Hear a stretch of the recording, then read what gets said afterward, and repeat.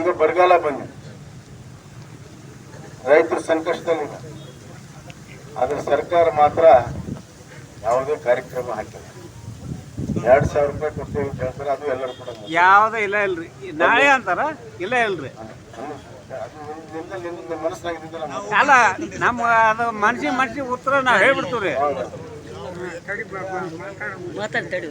ಮಳೆ ಬಂದು ಪ್ರವಾಹ ಬಂದಾಗ ನಾವು 13,000 ರೂಪಾಯಿ ಕೊಟ್ಟಿದ್ದೀವಿ ಒಂದು ಹೆಕ್ಟರ್ಗೆ. ಈಗ 2,000 ರೂಪಾಯಿ ಕೊಡ್ತಾರೆ.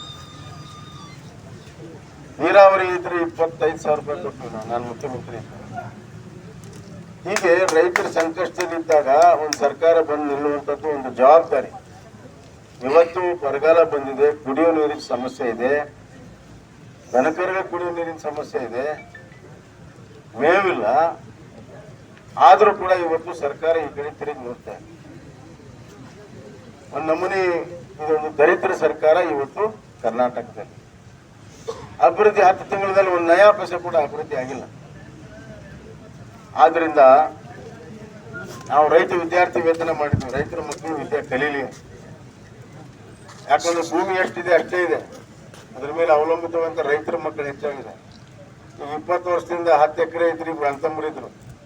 ಈಗ ಅವ್ರ ಮಕ್ಕಳಾಗಿ ಒಬ್ಬೊಬ್ಬರಿಗೆ ಒಂದೊಂದು ಎಕರೆ ಬರ್ತೈತಿ, ಒಂದು 5-5 ಎಕರೆ ಬರ್ತದೆ.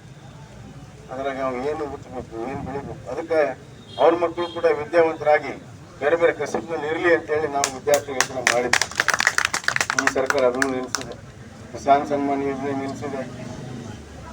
ಯಶಸ್ವಿನಿ ಯೋಜನೆ ಮಾಡಿದ್ವಿ ರೈತರಿಗೆ, ನಿಲ್ಲಿಸಿದೆ.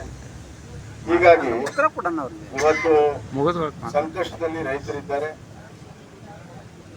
ಈ ಸಂಕಷ್ಟವನ್ನ ದೂರ ಮಾಡಬೇಕಾದ್ರೆ ಮತ್ತೆ ರೈತರ ಪರವಾಗಿರುವಂತ ನರೇಂದ್ರ ಮೋದಿ ಅವರ ಸರ್ಕಾರ ಕೇಂದ್ರದಲ್ಲಿ